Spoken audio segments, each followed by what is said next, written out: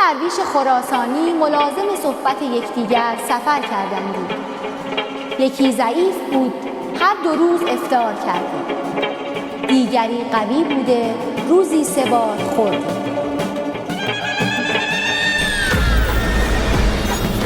بر حسب اتفاق بر در شهری به حسب تهمت دزدی گرفتار آمدند.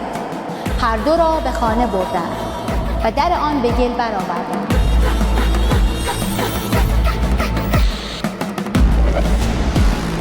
بعد از 2 هفته معلوم شد که هر 2 بیگناهند.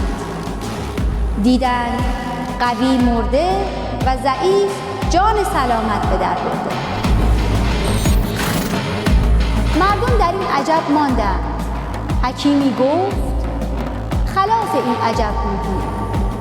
وان یکی بسیار خوار بوده و طاقت بینوایی نیاورد و به سختی هلاک شد. وین دگر خویشتندار بوده، لاجرم بر عادت خویش صبر کرده و جان به سلامت برده. چو کم خوردن طبیعت شد کسی را، چو سختی پیشش آید سخت گیرد. وگر تن پرور است اندر فراخی، چو تنگی بیند از سختی بمیرد.